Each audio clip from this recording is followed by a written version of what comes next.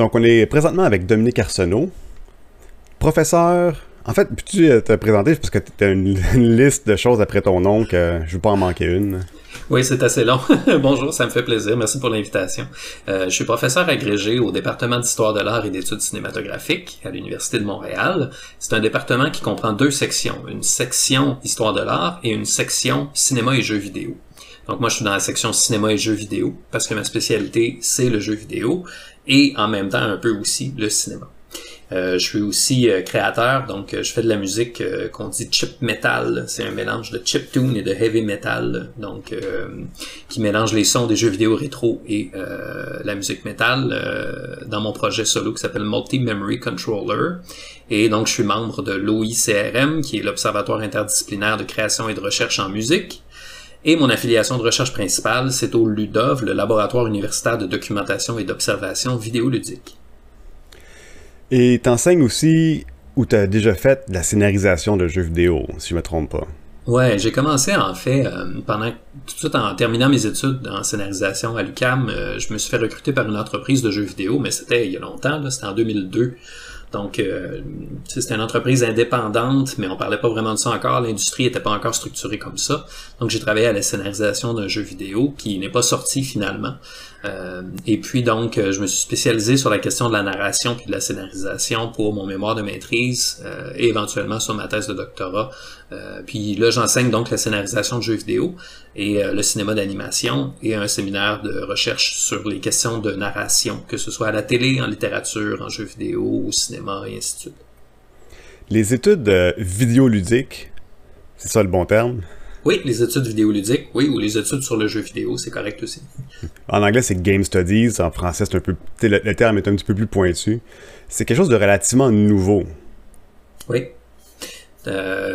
Études du jeu vidéo, Game Studies en anglais, apparaît vers la fin des années 90.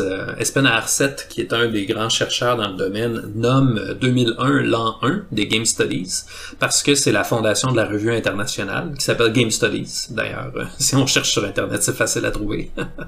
Et puis donc les colloques internationaux qui ont commencé en 1997, 1999 et tout ça, en fait, ça a vraiment explosé là, le domaine des études du jeu vidéo. À l'Université de Montréal, c'est Bernard Perron, qui est professeur à mon département, Histoire de l'art et études cinématographiques, qui a été le premier, puis un des pionniers au Québec et même au Canada, à enseigner des cours puis des séminaires de maîtrise et de doctorat sur le jeu vidéo. Et il avait publié une des premières anthologies, là, un des premiers ouvrages collectifs avec des chapitres de plusieurs chercheurs universitaires qui s'appelait The Video Game Theory Reader en 2003. Quand on parle de Game Studies, on s'imagine les jeux vidéo comme objets culturels, puis que ça a une valeur à être étudié. Est-ce que, ben, bien sûr, toi, tu vas répondre par l'affirmative que oui, ça a une valeur à être étudié, mais qu'est-ce qu'on peut en tirer généralement des jeux vidéo comme études? Ouais, c'est une très bonne question parce que oui, c'est pas surprenant. Je vais dire que les jeux vidéo c'est important, c'est pertinent et tout ça. Mais c'est vraiment les Game Studies, ça touche tous les domaines disciplinaires. Et puis, en fait, ça peut toucher tous les domaines disciplinaires. Le Video Game Theory Reader a été suivi par un deuxième volume qui s'appelle The Video Game Theory Reader 2. Et dans le Video Game Theory Reader 2, qui est coédité par Bernard Perron et Mark J.P. Wolf, il y a une annexe à la fin qui est une liste des disciplines et qu'est-ce que signifie étudier le jeu vidéo dans ce domaine-là. Fait qu'il y a, je pense, 40 disciplines qui sont nommées. Anthropologie, sociologie, médecine, tous les domaines, psychologie, évidemment. Bon. Donc, il y a toutes sortes d'études, puis le jeu vidéo, c'est un objet, fait que c'est sûr qu'un psychologue qui étudie les effets des jeux vidéo sur l'attention, sur le niveau de travail cognitif, sur etc. Il va faire des protocoles expérimentaux, des laboratoires, des tests sur des gens, puis tout ça. Moi, dans mon approche à moi, puis celle de mes collègues, on est plutôt issus des études cinématographiques ou des études littéraires. Donc, c'est sûr que nous, on les regarde comme des objets culturels qui sont porteurs de valeurs et qui traduisent des visions du monde. Puis c'est pas juste un petit divertissement pour passer le temps. Comme les séries télé sont pas que des divertissements pour passer le temps, entre guillemets, là. C'est vraiment des objets qui sont porteurs de valeur, qui nous amènent à avoir un regard sur notre monde et qui peuvent nous apprendre des choses sur le monde qui nous entoure, mais aussi sur nous-mêmes. Dis-moi comment tu joues, je te dirai qui tu es.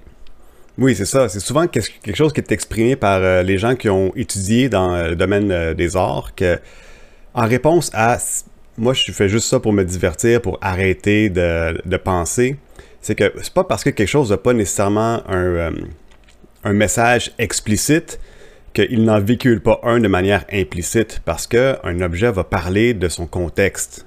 Dans quel contexte il a été produit. Fait que ça peut nous en dire sur la société qui l'a produit. Oui, si on prend les objets un par un, si on prend des jeux vidéo particuliers, à chaque fois, il y a un système de valeurs qui le sous-tend. Il y a des comportements qui l'encouragent par les règles de jeu, par les manipulations qu'on peut faire. Puis même si on prend le jeu vidéo en général comme média ou comme forme culturelle, c'est aussi porteur de valeurs. Tu sais, une des valeurs peut-être, ou échelle de valeurs, système de valeurs, idéologie la plus forte qui est véhiculée par le jeu vidéo dans son ensemble, c'est la notion de méritocratie.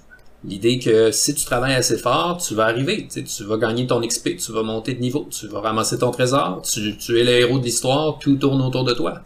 C'est un idéal qu'il faut déconstruire parce que évidemment, si on grandit en jouant à jeu après jeu dans lequel tous les efforts t'amènent un résultat puis une récompense, ben après tu peux pas transposer ça dans le monde du travail où tu peux avoir des dynamiques interpersonnelles ou des patrons d'entreprise qui ont des amis puis donnent les postes puis les promotions à leurs amis puis peu importe comment tu fais des efforts tu l'auras pas parce que tu y as pas droit parce que le monde n'est pas structuré comme un jeu vidéo, t'sais. Fait que ouais, il y a toutes sortes de phénomènes qu'on peut étudier effectivement. Ah, c'est tellement fascinant. Donc, on est ici pour parler d'un bouquin que tu as écrit dans le contexte des Video Game Studies qui s'appelle, le titre est long, Superpower Spoonie Boards and Silverware. Exactement, puis là 2 points. Et après, The Super Nintendo Entertainment System. C'est vrai. C'est important, c'est un livre qui parle de la Super Nintendo, la console des années 90. Oui, c'est ça, parce que c'est écrit dans le contexte ils appellent ça des System Studies ou... C'est une collection qui s'appelle les Platform Studies. Les Platform Studies, ouais, de MIT. Oui, c'est publié à la presse de MIT, le MIT Press. C'est une collection qui a été lancée par Nick Monfort et Yann Bogost, qui sont 2 chercheurs en études du jeu vidéo. Et eux, ils ont écrit le premier livre de la série, puis ils ont dit, nous autres, on part une série. Fait qu'on commence avec un livre qui s'appelle Racing the Beam sur le Atari 2600. La vieille console des années 70 cette fois-ci. Et donc, ils ont un livre où est-ce qu'ils étudient, dans le fond, la plateforme. Mais qu'est-ce que c'est une plateforme? C'est un système logiciel, c'est du hardware, du matériel, et puis c'est l'idée que la console, c'est une plateforme de développement, donc elle permet certaines choses, puis elle freine d'autres choses. Et donc, c'est un espace d'expression, puis c'est des outils dans lesquels les concepteurs de jeux peuvent s'exprimer, ou du moins exprimer une certaine palette de leurs préoccupations, de leurs idées, de leurs ambitions. Fait que l'idée des Platform Studies, c'est essentiellement ça, qu'on peut étudier une plateforme puis en tirer des leçons puis des enseignements puis des règles générales peut-être sur comment est-ce qu'on négocie à travers des plateformes et qu'est-ce que chaque plateforme apporte de différent. Parce que les consoles de jeux ne sont pas interchangeables ou équivalentes. Chacune offre un espace d'expression différent. Et j'espère que, comme on va le voir au courant de l'entrevue, c'est aussi des représentations matérielles de l'idéologie des compagnies qui l'ont faite. Qui font les systèmes particuliers. Oui, effectivement. Moi, ma contribution, si je peux dire, l'idée des Platform Studies, c'est quelque chose qui est arrivé au départ avec l'idée qu'on va se recentrer vraiment sur le niveau technique puis la machine. Parce qu'il y a beaucoup de sociologues, par exemple, qui vont étudier le jeu vidéo, ils vont étudier les gens qui les jouent, les dynamiques sociales, les pratiques des joueurs, et ainsi de suite. Et ces gens-là vont porter moins d'attention sur les objets eux-mêmes. Hein. Ils vont regarder plutôt comment les gens jouent, puis qu'est-ce qui se passe quand les gens jouent en termes de comportements sociaux et tout ça. Fait que ces chercheurs-là, ils se sont dit, tout ça c'est valide, c'est correct, mais ça serait bien d'avoir des études vraiment centrées sur la matérialité du hardware, là, vraiment, là, comment les consoles permettent de faire des choses ou pas, t'sais. Fait que c'est pour ça qu'ils ont lancé cette trajectoire-là. Puis ma contribution à moi, d'ailleurs c'est un peu rigolo, au départ je devais écrire un livre dans cette série-là sur la console NES. La NES, c'est la Nintendo Entertainment System, c'est la console qui précède la Super NES. Et puis donc j'avais un projet et puis j'avais demandé une bourse de post-doctorat pour tout allait bien, jusqu'à ce que, à un moment donné, je diplôme, puis que là, je sois prêt à mettre le projet en marche, et que les éditeurs me disent, non, on a reçu une autre proposition pour la NES. Fait que, il y a quelqu'un d'autre qui va écrire le livre. Fait que j'étais déprimé, découragé. J'étais comme, je me suis fait voler mon scoop. Quand même, ça doit être une grosse déception quand même, là. C'était vraiment, oui, c'est dur. Là. Tu sais, je veux dire, c'est un projet que j'avais imaginé. J'avais soumis une demande de financement au Fonds de recherche du Québec pour financer un tel projet. J'avais toute ma structure, toute mon idée. Je savais tout déjà ce que j'allais faire. Et puis finalement, un an plus tard, quand là c'est le temps de passer à l'action, finalement, je me suis fait damer le pion. Tu sais, il y a quelqu'un d'autre qui a pris ma place. Et finalement, le résultat, c'est le livre I Am Error, qui est publié par Nathan Altis, A-L-T-I-C-E. Et puis, c'est exceptionnel comme livre. C'est vraiment exceptionnel parce que Nathan Altis, c'est un double diplômé, donc de computer science, là, vraiment informatique, et de linguistique japonaise. Donc, tu sais, là, je vois ton visage, là, les gens ne voient pas, là, mais je vois ton visage qui fait la face surprise, là. Mais c'est ça, tu sais, il y a la double spécialité parfaite pour tout décortiquer puis tout expliquer cette machine-là. Et c'est devenu un outil indispensable pour moi pour m'intéresser à la Super NES. Donc, à ce moment-là, je me suis retourné vers la Super NES, puis j'ai dit aux éditeurs de la collection, j'ai dit, ben écoutez, moi, je vous ferai une proposition pour un livre sur la Super NES, mais ça va être très différent. Là. Tu sais, je veux pas. Puis ils m'ont dit ça d'ailleurs, quand je leur ai envoyé ma proposition, ils m'ont dit, ce que j'aime de ta proposition, c'est que tu fais pas un livre en traitant la Super NES comme une deuxième NES. Puis en disant, ben, c'est à peu près grosso modo la même affaire. T'sais. Fait que c'est sûr que ça a changé beaucoup la trajectoire. Puis là, j'ai réfléchi à la plateforme, puis qu'est-ce que la Super NES, ça veut dire au niveau de la plateforme.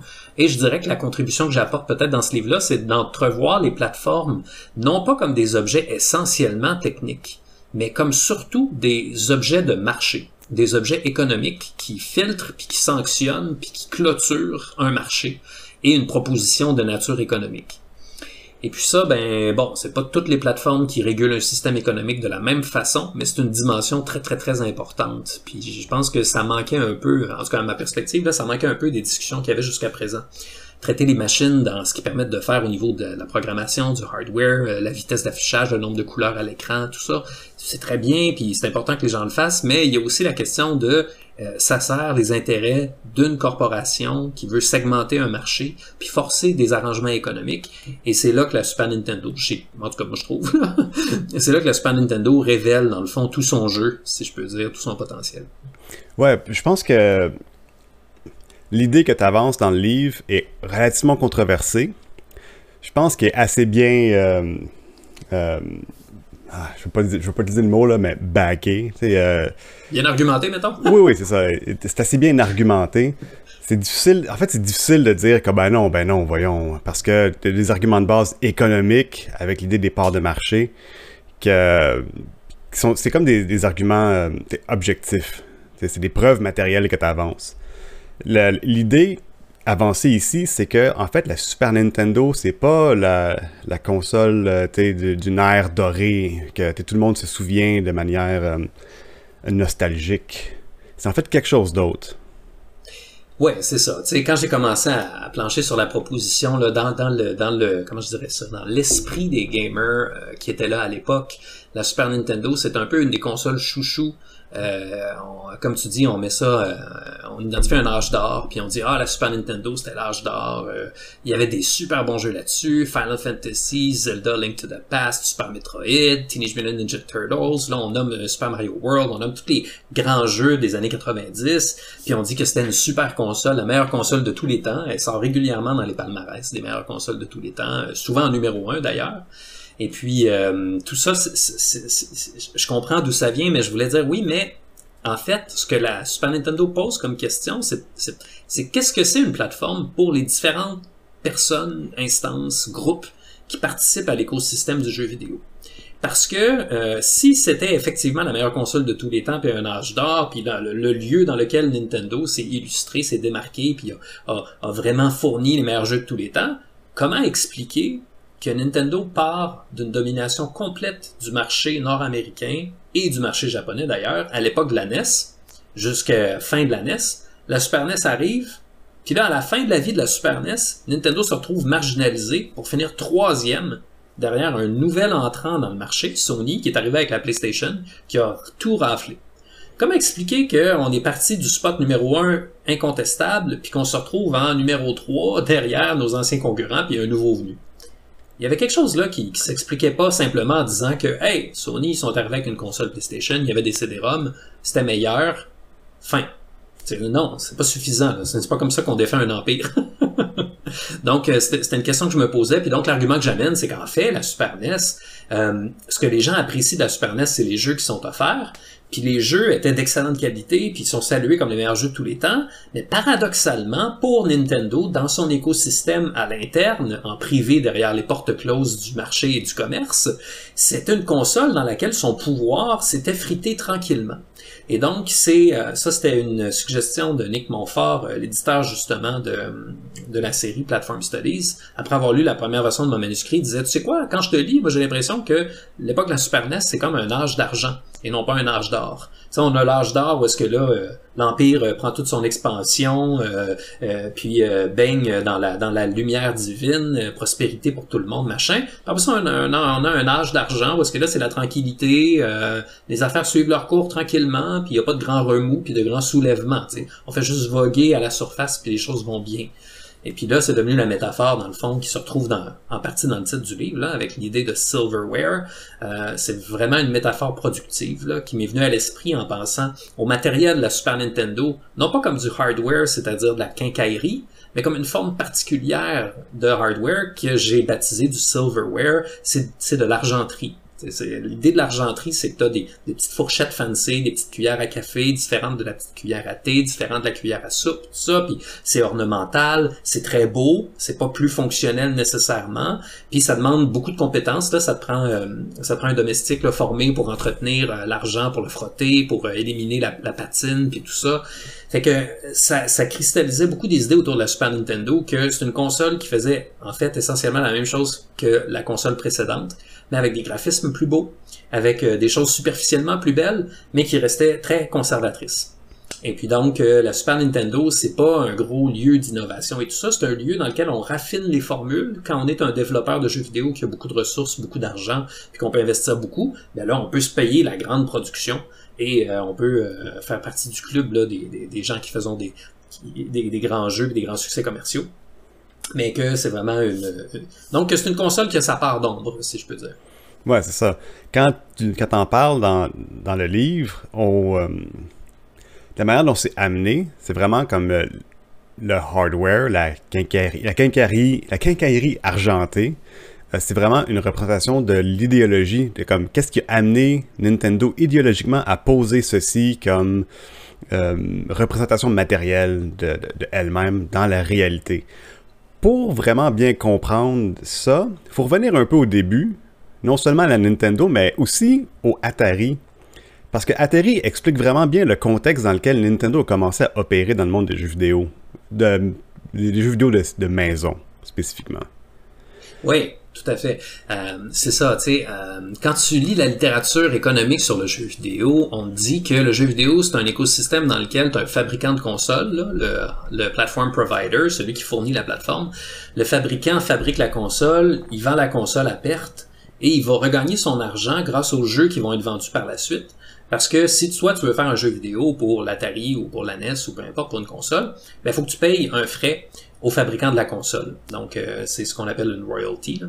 Donc, tu payes ton frais, puis là, tu vends ton jeu. Fait que toi, tu gagnes une part de ça, le marchand gagne une part, puis le fabricant de la machine gagne une part aussi. Et donc, tranquillement, on peut refaire l'argent sur le volume de jeux qui vont se vendre.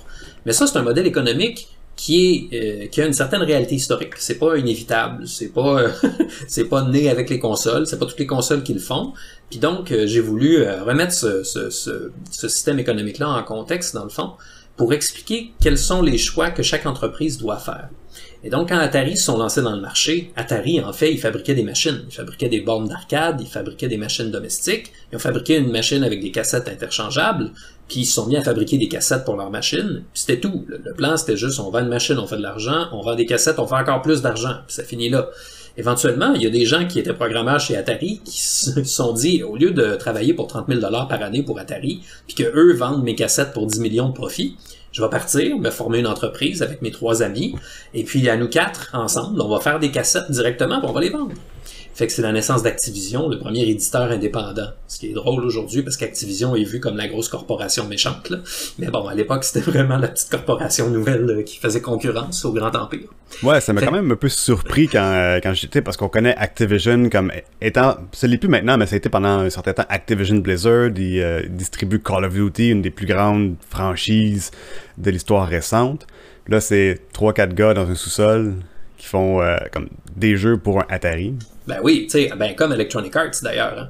Electronic Arts sont nés de la vision du créateur de l'entreprise qui disait, moi, mes programmeurs, c'est comme des artistes. C'est pour ça que Electronic Arts, tu sais, puis ils vont signer leurs jeux avec leur signature comme des albums de musique de Genesis ou quelque chose comme ça.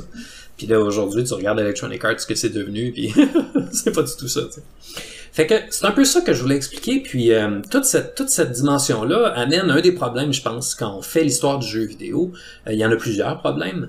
Un des premiers problèmes, c'est qu'on a une vision très américano-centrée. Et puis donc, Atari, ce qui est arrivé à Atari, on le voit souvent comme étant quelque chose d'incontournable pour l'industrie internationale du jeu vidéo. Mais en réalité, c'était assez localisé. Atari, ils ont perdu le contrôle sur leur offre. Tous les fabricants de jeux ont commencé à inonder le marché avec des jeux pourris. Et puis là, il y a eu tellement de jeux pas bons que les consommateurs savaient plus s'orienter dans l'écosystème et puis donc faisaient des choix désastreux. Les gens se sont désintéressés massivement du jeu vidéo à cette époque-là. Mais quand Nintendo était au Japon, ils n'avaient pas les problèmes d'Atari. Ils étaient dans un monde complètement différent où il y avait 10 plateformes concurrentes. Il y avait plein de consoles, d'ordinateurs personnels qui étaient en circulation. Et Nintendo était excellent à faire des jeux. T'sais, contrairement à Atari qui fabriquait des machines, Nintendo était excellent pour faire des jeux. Et puis donc, pour faire des jeux, ben eux, ils avaient besoin d'une machine pour vendre leurs jeux. Et donc, ils ont fait une machine pour vendre leurs jeux. Fait que le positionnement de Nintendo est extrêmement différent du positionnement encore des entreprises contemporaines. Vous avez Microsoft qui fabrique puis qui distribue la Xbox, puis toutes ses déclinaisons avec tous les noms pas possibles. Vous avez Sony qui fabrique des PlayStation, mais ça, ce sont des entreprises qui vraiment fournissent des plateformes puis des consoles, mais en termes de jeux, c'est pas leur créneau principal. Eux fournissent la plateforme pour que des développeurs de jeux l'investissent. Nintendo, c'est pas ça leur game. Nintendo, ils vendent des jeux, ils veulent faire des jeux, ils sont excellents à faire des jeux. Donc, ils fabriquent la machine pour forcer les gens à acheter leurs jeux dans leur écosystème puis garder le contrôle là-dessus. Fait que c'est vraiment ça qui est devenu la trajectoire du livre, c'est de montrer comment Nintendo est une entreprise qui fait d'excellents jeux et qui a besoin de se doter de tous les outils possibles, tous les leviers possibles pour maintenir le contrôle total sur leur écosystème.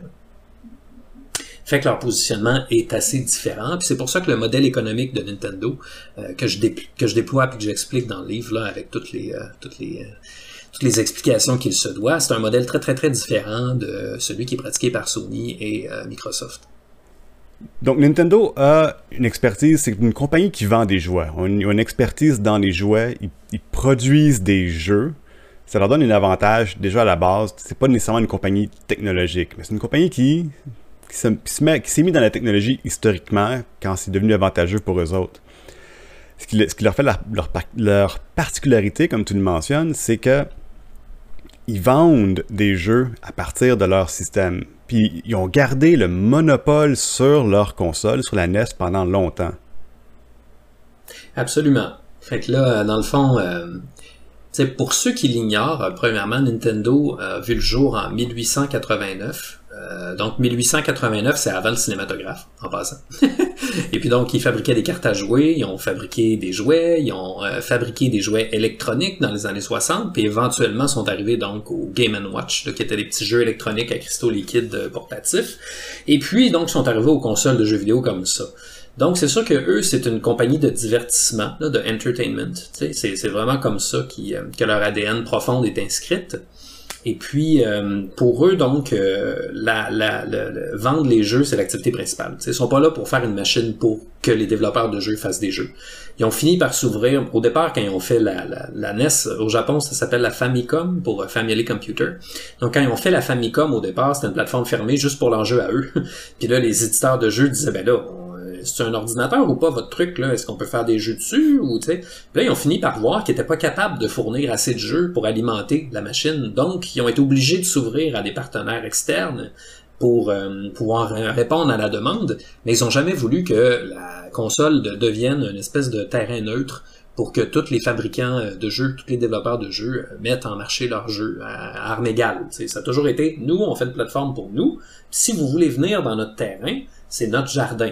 On a mis des grosses clôtures autour de notre jardin. Fait que si vous voulez venir dans notre jardin, on négocie, on discute, on met les choses au clair. Si tu veux faire un jeu chez nous, tu me donnes 14$ par copie, tu me payes d'avance, t'en prends minimum 60 000, c'est moi qui décide combien je t'en fabrique. T'achètes tes cartouches chez nous seulement, puis je suis le seul fabricant au monde à t'en faire. Fait que c'est ça, ou tu t'en retournes chez toi. Donc, ils ont toujours négocié très, très, très durement les termes. Et puis donc, comme ils avaient une position de monopole, parce que leur machine avait été développée, puis ça, c'est la stratégie technologique de Nintendo, comme ils sont pas une entreprise de haute technologie, ils sont pas là dans le développement des technologies. Eux, ils rachètent les scraps, ils rachètent les vieilles technologies dépassées, puis ils bidouillent des consoles avec ça pour que ça fonctionne. Alors, souvent, ils vont utiliser des technologies qui sont en voie de dépassement ou en voie d'être déclassées. Encore la Wii, la Wii U, la Switch, c'est toujours la même chose. Ils sont jamais dans le next gen, ils sont jamais dans les nouveaux processeurs. Ils prennent toujours des composantes en fin de vie à faible coût, qui les agencent de manière assez difficile à utiliser. Mais ils font vraiment des consoles spécifiquement pour les jeux que eux ils font. Donc c'est ce qui s'est passé avec le Super Nintendo. Quand ils ont décidé de faire une console qui allait devenir la Super Nintendo, ben ils ont regardé, nous autres c'est quoi qu'on fait comme jeu, tu sais? On fait des jeux dans lesquels il y a un peu de texte, donc c'est important d'avoir une bonne résolution d'affichage pour afficher des caractères en détail. On fait des jeux graphiques, des side-scrollers, des jeux de plateforme, tout ça, donc c'est important qu'il y ait des plans de décors différents qui puissent se succéder pour donner l'illusion d'un relief. Et puis on fait des jeux d'action, fait qu'ils ont organisé leur console pour faire ça, ils ont programmé leur console pour avoir des modes graphiques prédéfinis pour faire ces choses-là que eux faisaient. Et puis donc les gens qui font des jeux de sport, les gens qui font des jeux de course, tout ça, ben ils doivent s'accommoder d'un écosystème qui est pas pensé pour eux, parce que la plateforme est pas là pour les accommoder. T'sais. Donc ça, c'est un positionnement qui est très, très, très différent. Et c'est ce que Sony a fait pour gagner le marché dans les années 90. Ils sont arrivés en disant, qu'est-ce que vous faites comme jeu, vous? Qu'est-ce que vous voulez faire comme jeu? On prend toutes vos demandes en note, on développe ça jour et nuit, vous pouvez nous appeler, notre soutien technique est disponible 24 heures sur 27, 24 heures par jour, 7 jours sur 7, pour vous aider à faire des excellents jeux, on est à votre service. Fait que c'est vraiment des schèmes de pensée complètement différentes. Ouais, c'est mentionné par la fin du livre, justement, où Nintendo obfusquait pratiquement, probablement délibérément, leur logiciel de création. C'était difficile pour n'importe qui voulait faire des jeux sur Nintendo, Super Nintendo, Nintendo 64. Apparemment que c'était un cauchemar pour le faire. Fallait qu'ils fassent du reverse engineering.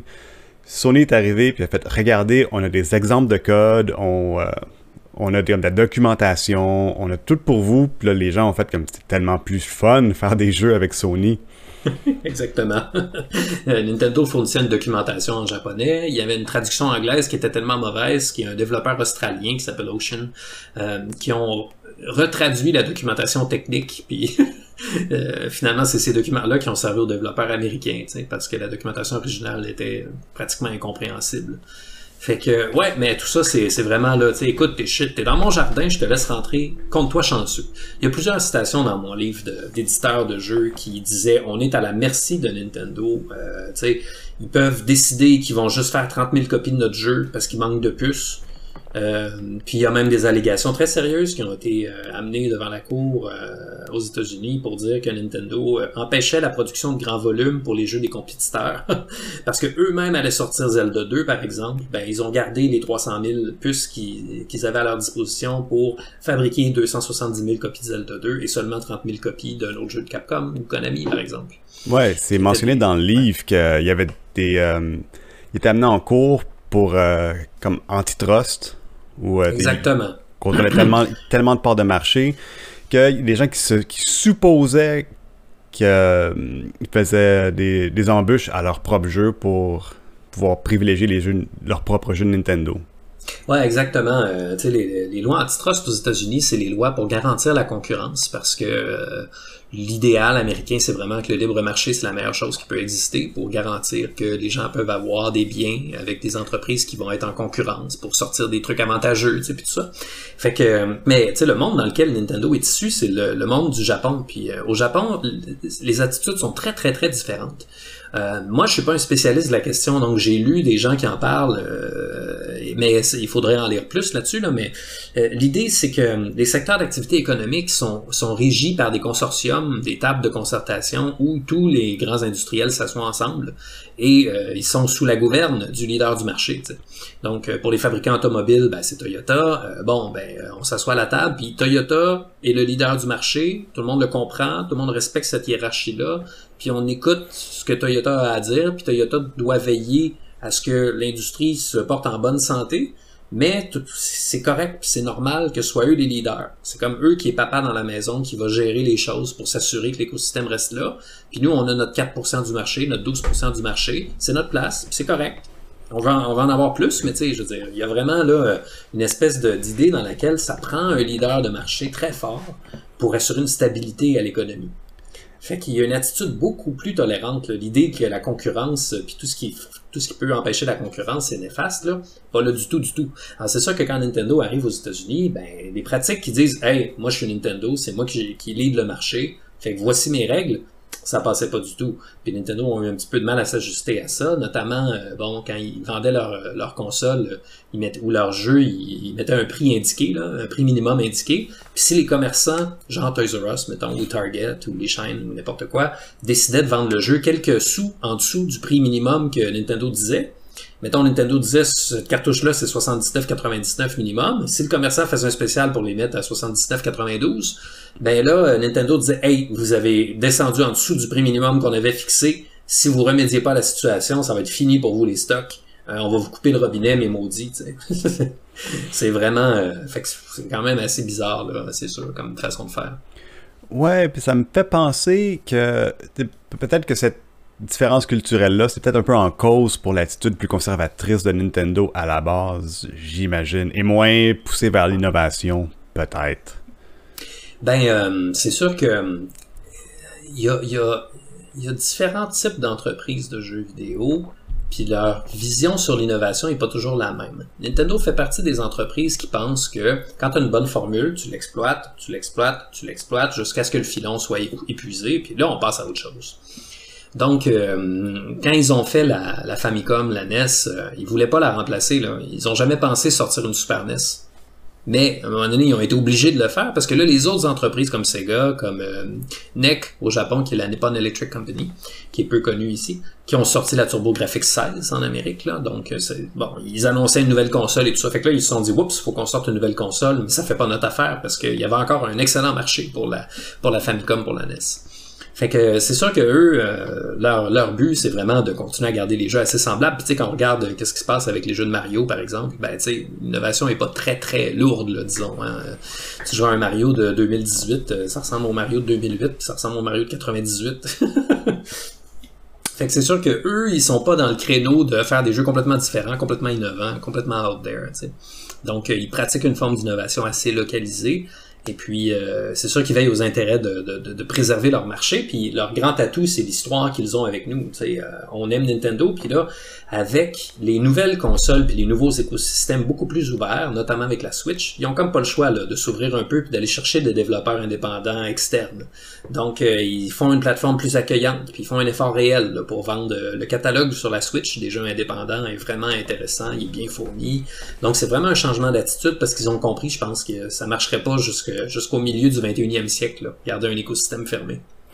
Oui, mais ça me fait penser un peu à quelque chose que tu mentionnes dans le livre. Quand Nintendo s'ouvre aux tierces parties, ils font un peu de reculons parce que ils ont besoin d'agrandir leur part de marché. Si on peut pas fournir de jeux, on peut pas continuer à vendre autant de systèmes, autant de consoles. Donc on fait rentrer des personnes dans notre jardin. Mais ils le font de manière de reculons, parce que comme tu l'expliques dans le livre, c'est comme s'ils invitaient leurs propres compétiteurs à venir manger à leur table.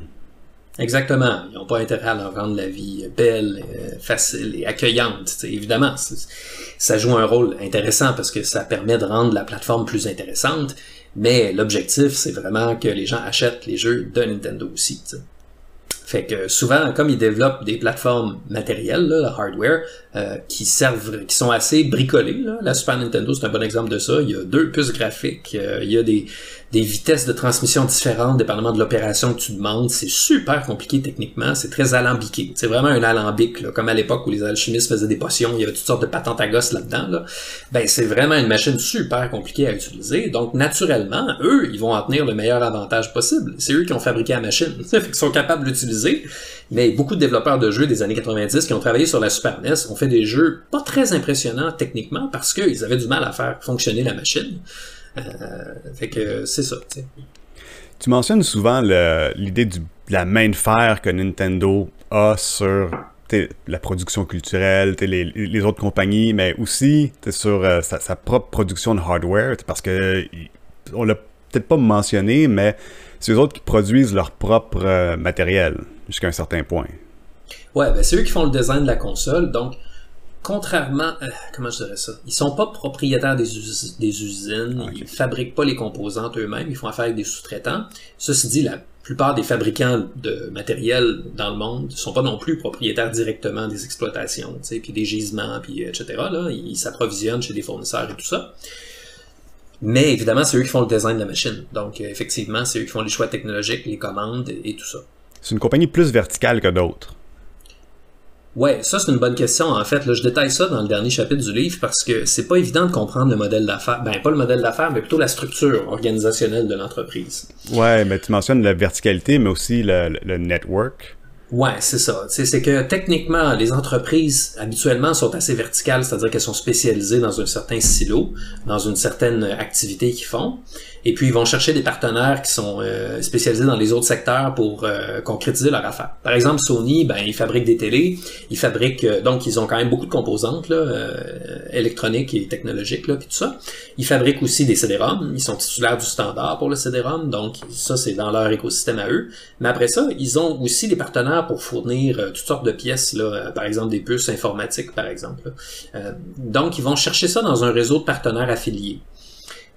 Chez Nintendo, puis bon, la question finit toujours par se poser. T'sais. Au début, on fabrique des télés, donc il y a certaines composantes dont on est propriétaire et qu'on fabrique à l'interne.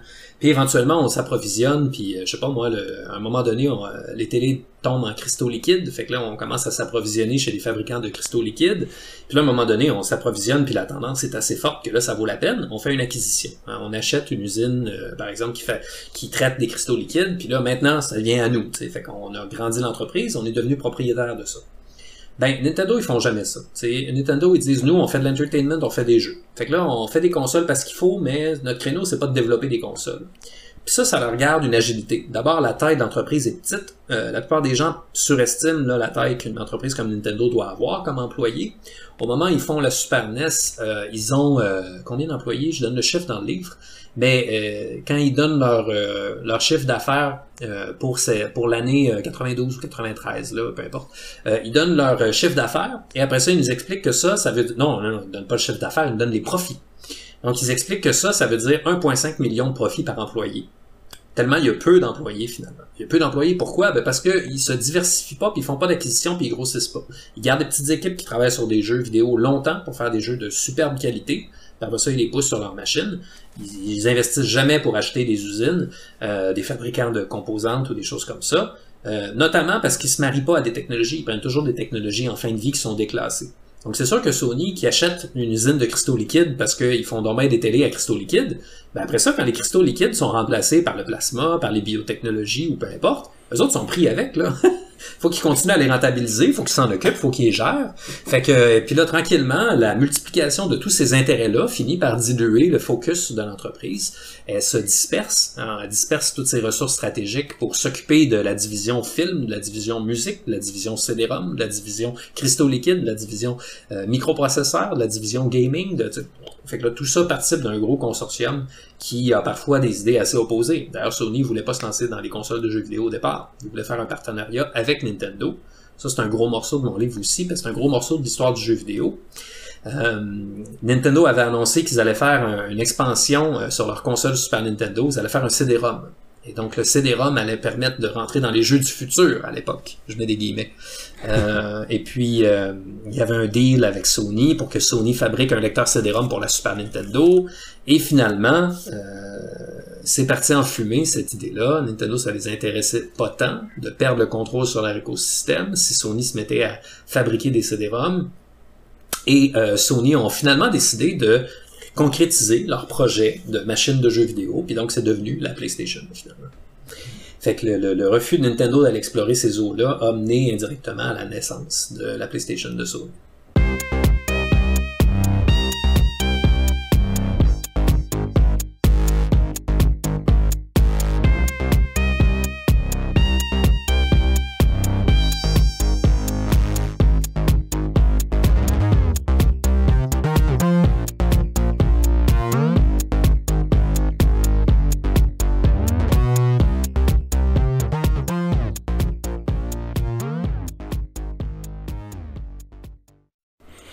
Ouais, c'est une partie de l'histoire qui est souvent rapportée comme c'est un point tournant majeur, marquant de l'histoire des jeux vidéo globalement. Mais c'est quelque chose qui a dû être sondé pendant plusieurs années, si je me trompe pas, parce que Nintendo, gardant une main de fer sur tout ce qu'elle peut, garde aussi une main de fer sur sa propre histoire, créer sa propre mythologie. Oui, absolument. Ils sont une entreprise très secrète, pour commencer. Donc, on peut pas juste se présenter au quartier général de Nintendo pour faire une visite. Ils accueillent pas de visiteurs et tout ça. Il y a aussi, je dirais que Nintendo est assez typique de l'industrie du jeu vidéo. Ils sont obsédés par le secret professionnel et ils n'ont pas de préoccupation par rapport à l'héritage ou à ce qu'ils vont léguer ou à maintenir des archives ou des choses comme ça. Ça, c'est assez typique de l'industrie du jeu vidéo, puis c'est vraiment regrettable. Notamment, Nintendo, ils font affaire beaucoup avec Florent Gorge. Florent Gorge, Gorges, a écrit plusieurs livres, dont une série de livres qui s'appelle L'histoire de Nintendo, volume 1, volume 2, volume 3. S'il se posait en faire 7 ou 8, je pense, là, parfois ça s'étend quand on lui parle, là, parce que l'histoire est très vaste. Et lui, c'est vraiment l'historien de Nintendo. Il a travaillé pendant des années pour Nintendo comme interprète. Il vit au Japon depuis qu'il a 18 ans ou 19 ans, je pense. Et puis, donc, il parle japonais, il parle français, il est français de nationalité. Et puis donc, Florent était déjà dans le giron de Nintendo, donc il a déjà des accès à l'interne chez Nintendo et il a pu fouiller les voûtes, les archives, la documentation et tout ça, à tel point qu'aujourd'hui, parfois, Nintendo se tourne vers Florent Gorge quand ils ont une question sur leur propre histoire. Ils envoient un courriel, j'imagine, ils doivent pas faire de téléphone, mais en tout cas, ils s'adressent à Florent puis ils disent « Bon, en 86, on a fait telle affaire, puis tel partenariat, puis telle console, machin. T'en parles, je pense, dans un de tes livres. C'est quoi l'affaire, là? On n'a pas de documents, on n'a pas de traces de ça, tu sais. » Technologiquement parlant, ils se tournent vers les pirates des fois pour pouvoir avoir des ROM de jeux qui ont perdu eux autres dans leurs propres archives pour pouvoir après ça les revendre sur comme leur propre plateforme. Absolument. Je pense que Nintendo a fait ça. Oui, tu fais bien de le souligner, parce que ça, c'est une des absurdités de la vie, là. Depuis les années 90, il y a des gens qui développent secrètement des émulateurs pour simuler le système de la NES ou le système de la Super NES pour que les gens puissent jouer à des ROM gratuitement comme ça. Nintendo s'est toujours farouchement opposé à ça parce qu'évidemment, c'est leur droit, c'est leur propriété. Il n'est pas question de laisser des gens se copier ça gratuitement. Et puis finalement, aujourd'hui, il y a un émulateur là dans la Switch pour jouer à des jeux de NES et des jeux de Super NES. Puis cet émulateur-là est construit sur les bases du code qui a été mis en place par les pirates qui ont fait ça pendant les années 90, les années 2000, puis les début des années 2010.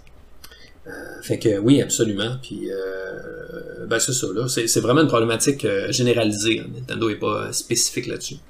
Non, c'est ça. La plupart des compagnies veulent protéger leur investissement dans le temps. Donc, les affaires qui ont produit 20, 30, 40 ans des fois. Ce que moi, je trouve drôle, c'est que c'est quelque chose qui est déjà arrivé par le passé.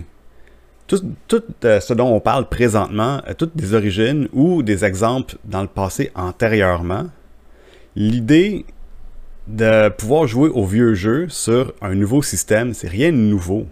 Puis en fait, c'est aller...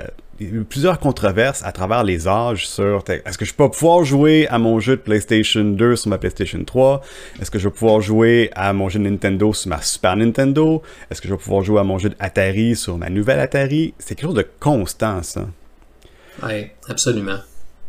Ça, c'est une préoccupation globale, là. Excuse, vas-y avec ta question, parce que je suis pas sûr qu'on... Ben, ce que je voulais juste dire, c'est qu'il y a comme une tension entre qu'est-ce que les joueurs veulent, qu'est-ce que les compagnies veulent Les compagnies veulent vendre des nouveaux jeux. Les joueurs veulent jouer à comme les jeux qu'ils ont eu, tous les jeux qu'ils ont, en fait. Il y a comme une tension entre une espèce d'impératif économique puis un bagage culturel qui est dans le jeu vidéo. Ouais, c'est une super belle façon de formuler le problème, parce que c'est un problème, là, mais c'est une très belle façon de le formuler. James Newman, c'est un historien qui travaille sur le jeu vidéo, et puis il a écrit un livre en 2012, si je me trompe pas sur l'année, qui s'appelle Best Before, Video Games, Supersession and Obsolescence. Et puis, j'espère que j'ai bien cité le sous-titre. En tout cas, ça s'appelle Best Before. Et puis, donc, c'est un livre qui parle vraiment de comment l'industrie du jeu vidéo est axée sur un discours de l'obsolescence, mais pas seulement parce que oui, c'est inévitable que les machines soient dépassées, mais vraiment que du moment qu'on fabrique des jeux puis qu'on les markete puis qu'on mette les consoles sur le marché et tout ça, ça vient toujours dans le discours que ça te prend la nouvelle affaire puis que la nouvelle affaire est toujours un aperçu du futur. On est toujours tourné vers l'avenir autour de ça. Et puis, donc, il déploie ça sur toutes les ramifications de ce que ça veut dire, c'est quoi les implications. Mais oui, tu sais, l'impératif premier des fabricants de consoles et des développeurs de jeux vidéo, c'est évidemment d'avoir des consommateurs qui payent pour avoir quelque chose. Et donc, du moment où tu as un jeu que tu as acheté, ben si tu peux y jouer à jamais pour ta vie, toi, ça fait ton bonheur. Tu l'as acheté le jeu, il est à toi, tu le possèdes. C'est comme un album de musique, tu t'es acheté l'album, tu vas pouvoir l'écouter. Fait que l'idée que il va y avoir des nouvelles consoles qui vont arriver et tout ça, c'est un obstacle pour les gens. Puis ça, c'est une des choses que j'ai vraiment développé dans mon livre, parce que quand les économistes parlent de l'industrie du jeu vidéo, ils disent bon ben t'as les consoles de jeu, ça c'est le bien de base, puis après ça t'as des biens complémentaires qui sont les jeux, qui augmentent la valeur du bien de base. J'ai dit foutaise, c'est pas vrai que ma PlayStation est un bien de base si j'ai pas de jeu, puis que la valeur de ma PlayStation augmente parce que j'ai des jeux intéressants. Non, au contraire, ma console, c'est un problème. J'ai pas le goût d'avoir une console, moi. Ma console, c'est un fil de plus qui pendouille quelque part dans la maison. C'est quelque chose qu'il faut que j'époussette. C'est quelque chose qui rentre pas dans mon meuble. C'est quelque chose qui prend une prise électrique. C'est quelque chose qui peut défaillir. Le lecteur CD peut arrêter de lire mes CD-ROM. Mon chien peut... je sais pas. C'est un problème. C'est un paquet de troubles, une console. J'en veux pas. Ce que je veux, c'est des jeux. Pour avoir des jeux, j'ai pas le choix de passer par une console. Fait que c'est un peu ça, là, vraiment la grande disparité entre le modèle économique du point de vue des fabricants qui disent, ben, ça me prend une console, ça me prend un ordinateur. Si j'essaie de convaincre le consommateur d'acheter un ordinateur pour jouer à Megaman, ça marchera pas. Fait que là, c'est pratique, un fabricant d'ordinateur qui me donne une plateforme. Fait que là, moi, je peux faire mon jeu de Megaman, puis moi, ma business, c'est juste de vendre un jeu de Megaman à quelqu'un qui paye un jeu de Megaman. Fait que je suis content d'avoir ça, ça fait donc mon affaire comme développeur de jeux. Parfait. Sauf que le consommateur, lui, ce qu'il veut, c'est des jeux, tu sais. Fait que effectivement, le problème de la technologie dans l'industrie du jeu vidéo, c'est justement l'imbrication très très forte qu'il y a entre la plateforme qui délimite des affordances, des capacités d'action, des possibilités matérielles. Et puis donc, tu peux pas transplanter un jeu sur une nouvelle console, il faut que tu le réadaptes, il faut que tu le retransformes. Alors, si tu as un lecteur CD-ROM portatif, puis tu le remplaces par une mini-chaîne stéréo, puis après ça, tu le remplaces par un lecteur 5 CD, c'est pas grave, ça reste tout le même substrat, le même support, tu sais.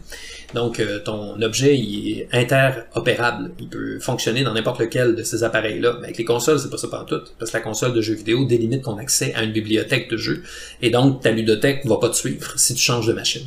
Fait que ça, c'est un gros problème. Puis la Super Nintendo a été le premier événement, là, si je peux dire, en Amérique du Nord. C'est le premier moment où est-ce qu'on avait une machine qui fonctionnait bien, qui était pas en fin de vie.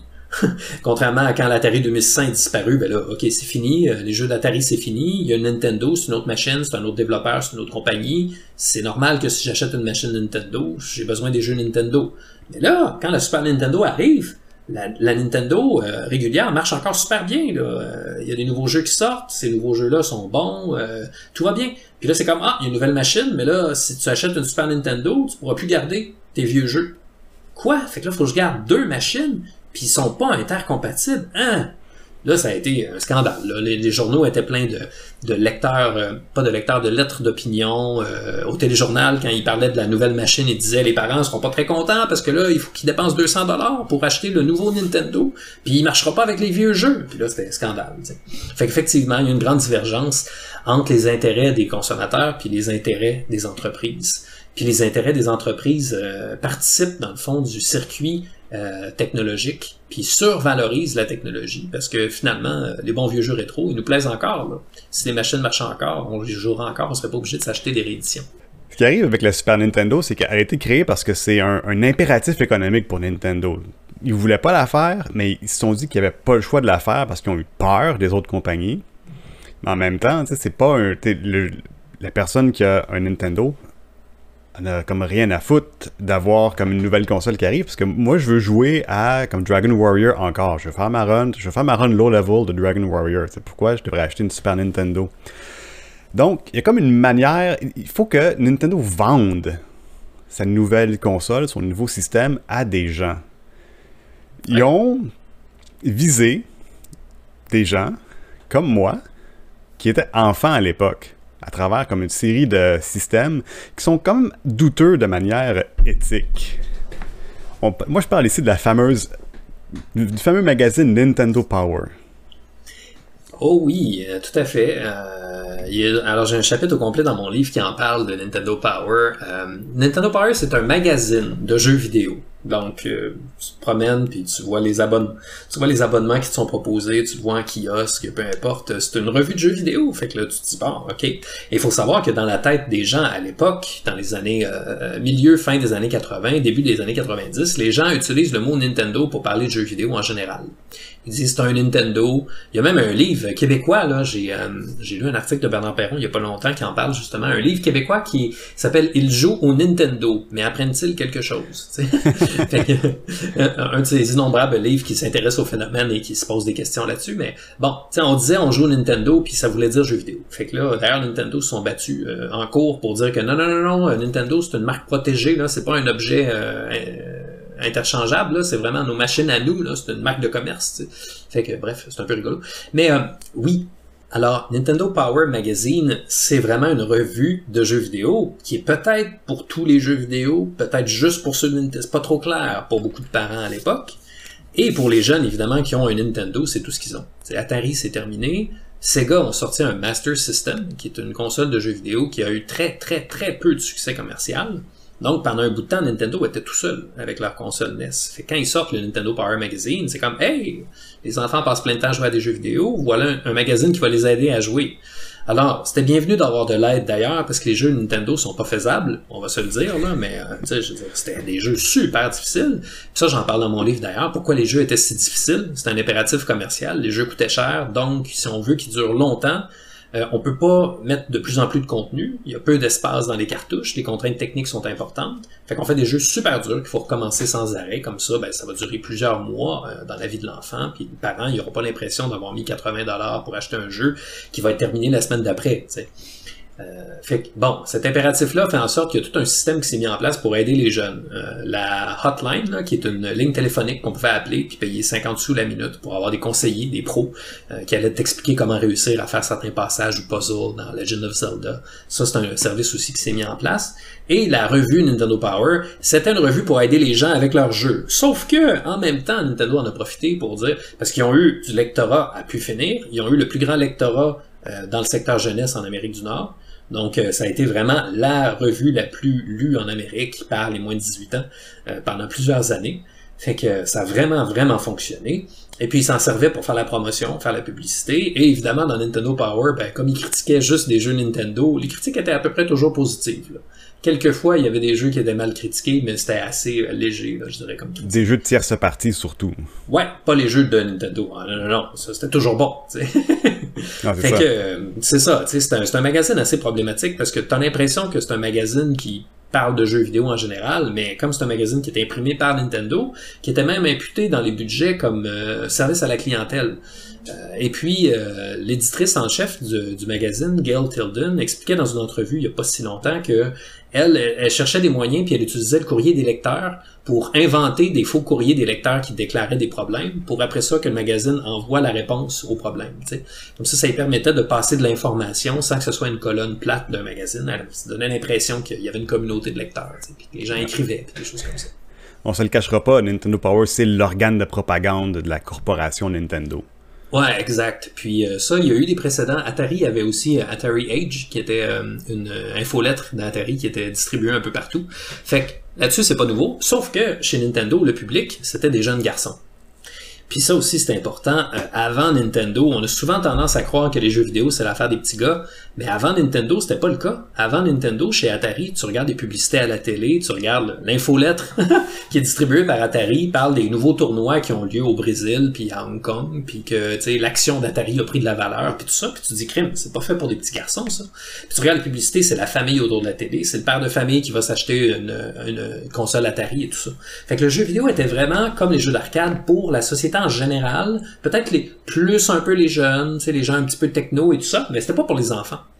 Et puis quand Nintendo est arrivé en Amérique, eux, ce qu'ils ont dit, c'est que ils vendaient une console de jeux vidéo qui était pas juste pour jouer à des jeux vidéo, c'était un objet de divertissement à la maison. T'sais. Fait que ils ont ciblé le marché puis ils ont ciblé les détaillants de jouets aussi.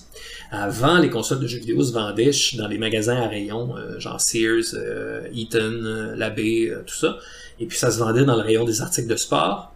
Et puis quand Nintendo sont arrivés, là, les consoles de jeux vidéo ont commencé à être mises en marché comme jouets. Nintendo fabriquait des jouets, donc c'était l'extension de leur marché. Puis au Japon, c'est comme ça que c'était distribué. Donc ils sont arrivés en Amérique et ils ont commencé à les vendre chez Toys R Us et d'autres chaînes comme ça. Et puis ces chaînes-là, évidemment, le marché du jouet, c'est très genré. Ça aussi, c'est assez récent dans l'histoire. Pendant une longue période de temps, avant que le capitalisme sauvage ne s'en empare, les jouets étaient assez unisexes, puis il n'y avait pas trop de problèmes avec ça. Mais évidemment, à un moment donné, les fabricants de jouets se sont dit, mais si on fait des jouets pour garçons et des jouets pour filles, ça va permettre qu'on va en vendre plus, parce que les parents ne pourront pas donner les jouets de la grande sœur au petit frère après, parce que ça va être des jouets de filles, puis ça prend des jouets de gars, tu sais. Fait que le jeu vidéo est rentré dans cette logique-là très binaire, et puis bon, ben on vend tout ça dans le rayon des garçons, ou dans le rayon des filles, ben on vend ça dans le rayon des garçons. Fait que le jeu vidéo est devenu pour les garçons, spécifiquement pour les garçons de 8 à 14 ans, qui n'avaient pas connu l'Atari et qui étaient sensibles, disons, aux petits personnages cartoonesques. Et ça, c'est venu avec les restrictions. Donc, Nintendo a fait de la censure de manière très proactive dans ses jeux et dans les jeux des développeurs tierce partie. Quand ils transféraient un jeu du Japon aux États-Unis, ils devaient enlever tout symbole religieux, même des croix sur des pierres tombales. Par exemple, dans un cimetière, la croix, c'est un symbole chrétien, pas de croix.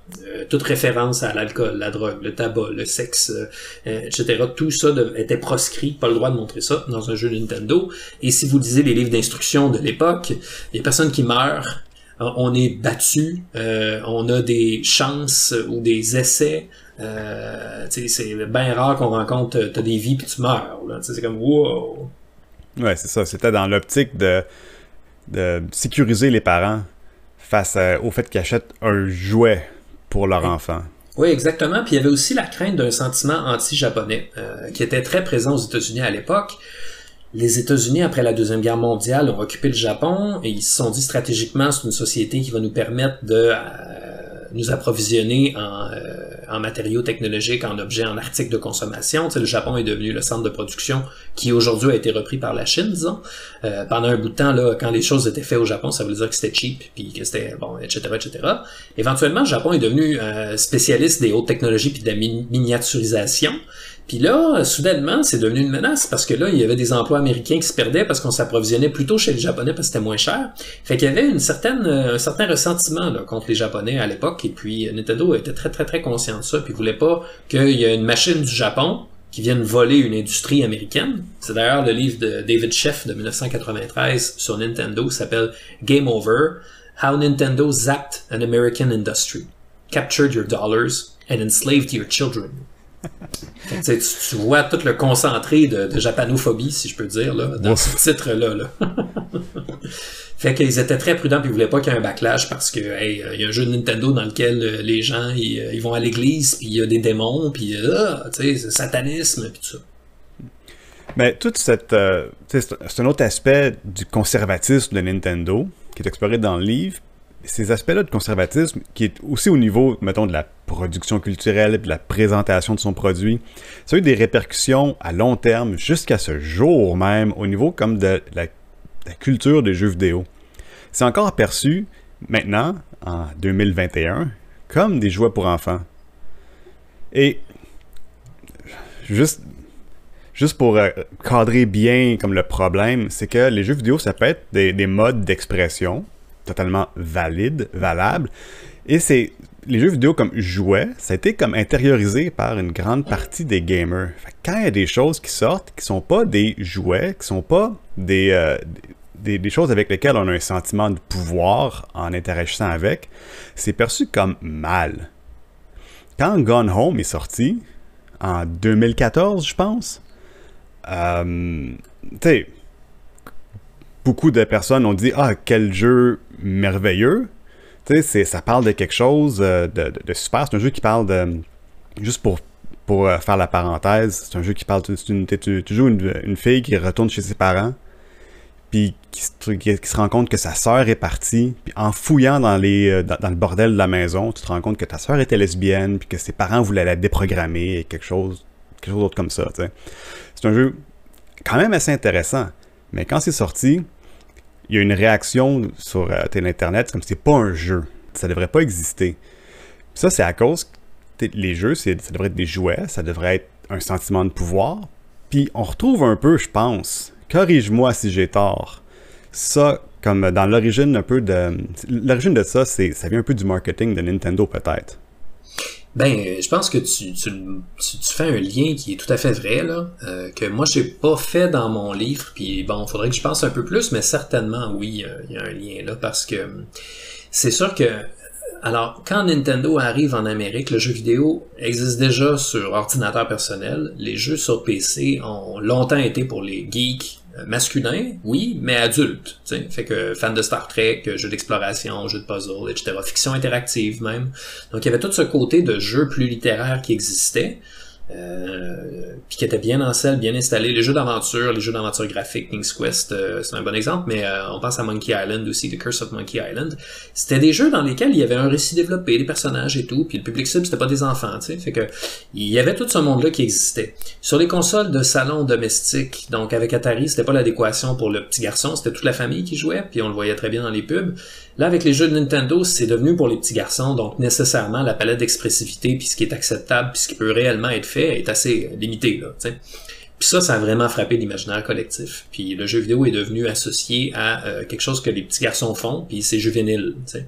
Et puis l'industrie s'est mis à suivre cette cohorte-là. Donc Dimitri Williams, qui est un chercheur en jeux vidéo, a fait des études, lui, avec vraiment des populations, des statistiques et tout ça, puis il est arrivé à la conclusion qu'il y avait un effet de cohorte très marqué. Donc il y a beaucoup de gens qui ont joué à des jeux vidéo à l'époque d'Atari, qui ont débarqué, puis qui ont arrêté à partir de la NES, puis qui sont jamais revenus dans le jeu vidéo, parce que pour eux, le jeu vidéo, ça avait été terminé.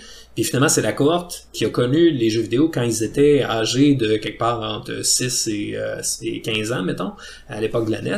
Mais là, c'est devenu la cohorte 1, si on veut, de l'industrie internationale ou transnationale du jeu vidéo. Puis le jeu vidéo a suivi cette cohorte-là. Donc oui, les jeux étaient pour petits garçons surtout, pendant les années fin 80, début 90. Fait que là, rendu milieu 90, là, c'était devenu pour les adolescents, puis les jeunes adultes. Puis après ça, année 2000, ben là, ils sont plus vieux. Et puis, tu sais, moi, j'avais quel âge? J'avais 6 ans ou 7 ans peut-être quand la NES est sortie, mais j'ai pas eu une NES à cet âge-là. Donc, tu sais, je suis un petit garçon Nintendo là, de cette génération-là. Et puis, effectivement, aujourd'hui, bon, j'ai 38 ans. C'est sûr que moi, un autre Call of Duty, tu sais, j'ai eu en masse d'occasions d'explorer qu'est-ce que c'est un rocket launcher versus un chain gun versus un pistolet versus un shotgun, puis me cacher dans le coin, puis utiliser un medkit pour me soigner, puis acheter une nouvelle épée au magasin, puis apprendre un sortilège de feu pour battre les zombies de glace, ou tu sais, toutes ces affaires-là, là, déjà passées, éculées, on a déjà vu ça. Fait que c'est sûr que pour moi, un jeu comme Gone Home, qui débarque, ou Dear Esther, ou tout ce qu'on appelle les Walking Simulators, qui sont des jeux dans lesquels tu as un récit, puis t'explores un environnement, puis t'apprends à découvrir un personnage ou une situation, il y a quelque chose là-dedans qui est riche, puis qui est porteur, puis qui est touchant même parfois, là, complètement, tu sais. Fait que moi, c'est sûr que ça me parle. Hein. Voilà une expérience que je n'ai pas faite avant et qui n'a pas juste de nouveaux apparats, si je peux dire. Mais c'est sûr qu'il y a toute une génération qui est arrivée après, qui ont encore une vision assez conservatrice du jeu vidéo peut-être, hein, qui sont peut-être pas rendus là nécessairement dans leur cheminement personnel. Puis il y a des gens qui, c'est pas une question d'âge ou de maturité, là, il y a des gens pour qui le jeu vidéo, c'est l'exutoire qui leur permet d'avoir quelque chose qui ressemble à un match sportif. Hein, puis bon, ils aiment bien une petite compétition entre amis, puis après ça, on fait autre chose. T'sais. Il y a des gens pour qui le jeu vidéo, c'est le vecteur d'une expérience artistique, d'une découverte du monde. Il y a des gens pour qui le jeu vidéo, c'est une occasion de socialiser avec des amis. Il y a des gens, tu sais, fait que le jeu vidéo, c'est une catégorie tellement vaste puis tellement large que c'est comme dire la télé, tu sais. Puis la télé offre pas de contenu. Ben oui, mais il y a des gens qui regardent la télé pour regarder Rire et délire ou Drôle de vidéo, ou ben ces émissions-là, ouais.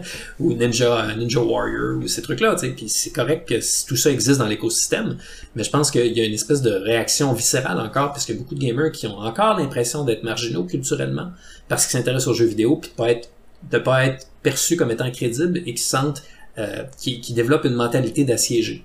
En se disant, mais moi j'aime ça les jeux vidéo, puis les vrais jeux c'est ça, puis moi mon identité c'est ça, tu sais. Fait que ça, je pense qu'il faut le déconstruire parce que ça ouvre la voie vers toute la toxicité qu'on retrouve souvent dans ces milieux-là, avec des gens qui débarquent en disant, comment je fais pour recharger mon fusil? Les gens répondent en disant, mais t'es un crétin, retourne chez ta mère, puis tu sais, c'est hostile, là. Puis tu dis, voyons donc, sapristi. Quand je vais pratiquer, je sais pas moi, le soccer au parc municipal, puis que j'essaie de botter le ballon puis que ça part croche, puis qu'il y a un gars qui dit écoute, essaie avec le bout de ton pied, ça va t'aider un petit peu plus, tu sais. C'est le genre de truc qui me semble tout à fait normal puis acceptable, alors que si t'arrives dans un jeu en ligne puis que tu sais pas déjà expertement manipuler tes affaires, les gens se mettent à t'insulter, tu sais. Sentiment d'impunité, anonymat, puis impression d'être dans un petit groupe, de se retrouver entre initiés. C'est un cocktail explosif. J'aimerais amorcer un peu la fin, juste en posant la question, voir si tu peux me le répondre. T'sais, les jeux vidéo en tant que mode d'expression, est-ce que tu as une idée de c'est quoi qui en fait la différence? C'est quoi ton opinion là-dessus? Ouais, c'est une très bonne question. Quelle est la spécificité de l'expression médiatique qui est permise par le jeu vidéo? Qu'est-ce qu'on peut faire avec un jeu vidéo qu'on peut pas faire avec autre chose?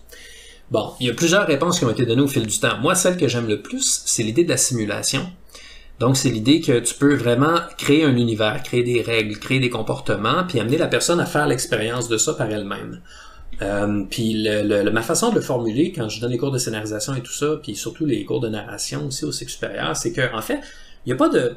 Pendant un bout de temps, il y avait une obsession chez les chercheurs en jeux vidéo au départ, qui disait c'est quoi la spécificité du jeu vidéo? C'est l'interactivité. Quand tu regardes un film, quand tu lis un roman, c'est linéaire, c'est pas interactif. Puis il y a du mérite là-dedans. Oui, il y a de l'interactivité spécifique aux jeux vidéo, bien que ce soit pas la seule chose, bien que c'est un peu réducteur, bon, etc. Par contre, moi, la façon la plus productive que je trouve d'envisager ça, c'est qu'en fait, quand tu crées une œuvre d'expression artistique, ce que tu livres à la personne, c'est le résultat finement organisé d'une expérience de simulation que tu as vécue de manière personnelle. C'est-à-dire que moi, je fais un album de musique, ben là, je brasse toutes les cartes, j'explore toutes les affaires, je fais différents tâtonnements, puis une fois que j'arrive à un résultat qui me satisfait, je livre le résultat. Fait que quand je te donne mon album, t'écoutes le résultat, puis là, peut-être que tu t'imagines un peu, tu sais, qu'est-ce qu'il y a eu derrière, puis dans quoi j'ai plongé, puis c'était quoi les alternatives, puis tout ça. Peut-être, ou peut-être pas non plus, tu sais. Dans le jeu vidéo, la différence, c'est que tu construis tout ce système-là d'exploration des possibles, puis tu le livres structuré à la personne, puis là, la personne navigue dans cet espace tridimensionnel-là. Donc, au lieu d'avoir une carte postale, une toile, une peinture, peu importe quel mot on utilise, un dessin, ben, tu as un espace tridimensionnel de possibilités dans lequel tu te promènes autour de la sculpture, tu regardes tous les morceaux, tous les détails, tu l'envisages différemment. Et je pense que aussi, ce que le jeu vidéo permet, c'est que parfois, il te donne une boîte à outils, c'est-à-dire que non seulement il donne une sculpture en 3 dimensions que tu peux naviguer, mais il donne aussi de la glaise, puis de l'argile, puis du marbre, puis un maillet. Puis là, c'est à toi à aller créer qu'est-ce que tu as envie d'avoir là-dedans. C'est à toi à t'organiser avec ça pour en faire un tremplin qui te permet comme joueur de t'exprimer aussi artistiquement, politiquement, éthiquement. Puis ça, je trouve ça formidable. Ouais, puis la nouvelle génération, en fait, grandit avec ce type de jeu-là. Fait que les modes d'interaction qu'on va avoir à l'avenir, tu sais, quand mon neveu va être plus vieux, qui dit « Ah, moi, je veux faire des jeux vidéo », quand lui, il va être rendu à en faire, ça va être probablement très différent que ce qu'on a vécu dans les 20-30 dernières années. Mon fils est en train de faire son premier jeu vidéo. Il le fait sur Roblox. Tu connais ça, Roblox? Oui. T'as un neveu, hein? Parce que ça, c'est l'affaire que je dis aux gens à Roblox, puis si les gens n'ont pas d'enfants autour d'eux, ils savent pas c'est quoi Roblox. Puis là, je leur dis « Ah, va lire là-dessus, parce que, écoute, c'est tout un monde, là. » C'est tout un monde, une plateforme, un écosystème, un média social, un répertoire de jeux vidéo créé par des gens, modifié par des gens, un studio de création, tout ça concentré dans une plateforme. Écoute, c'est l'avenir. Itch.io aussi, Itch.io, c'est un site sur lequel les gens vont se livrer à des actes créatifs, ils déposent leur jeu, mais c'est pas une boutique, là. C'est vraiment, tu déposes tes projets, puis on voit là toutes les possibilités là, d'expression que le jeu vidéo nous offre en dehors du circuit commercial. Une petite dernière question pour finir. Est-ce que Nintendo, c'est ton ami? Excellente question. Ben, c'est ça, je pense. Non, Nintendo, c'est pas ton ami. C'est une corporation qui fait des jeux. Puis tu développes un rapport affectif avec eux en imaginant citoyen du monde, bienveillant, drôle, attachant, et ainsi de suite. Mais c'est une entreprise qui est là pour faire des produits, faire de l'argent et tout ça. Et la chose surtout, je pense qu'il faut retenir, c'est que les consoles de jeux puis les plateformes de jeux ont cette fâcheuse tendance à nous embrigader. Parce qu'on investit dans une machine, on veut que la plateforme soit un résultat heureux, on veut qu'il y ait des développeurs de jeux qui y aillent, on veut qu'elle soit adoptée par plusieurs personnes pour qu'il y ait un écosystème valable. On veut pas se retrouver à avoir mis nos billes sur le lecteur de cassette bêta. Puis donc on est pris avec une machine qui sert peu à rien. Fait qu'on a tendance à s'aligner sur les objectifs stratégiques de ces entreprises-là, puis de vouloir que ça réussisse, parce que c'est comme si on votait avec notre argent de façon très littérale. On met notre argent là-dedans, on veut que la machine y aille, on adhère à leur projet, on veut que la plateforme réussisse. Fait que c'est une conséquence très naturelle, mais un peu pernicieuse, là, de finir par devenir attaché à ces plateformes-là, puis on s'en trahit finalement, quand ils font quelque chose, alors qu'en réalité, ils sont là pour faire des décisions d'affaires. Dominique Arsenault, merci beaucoup. Merci beaucoup pour l'invitation, Gabriel. Ça fut une discussion excellente.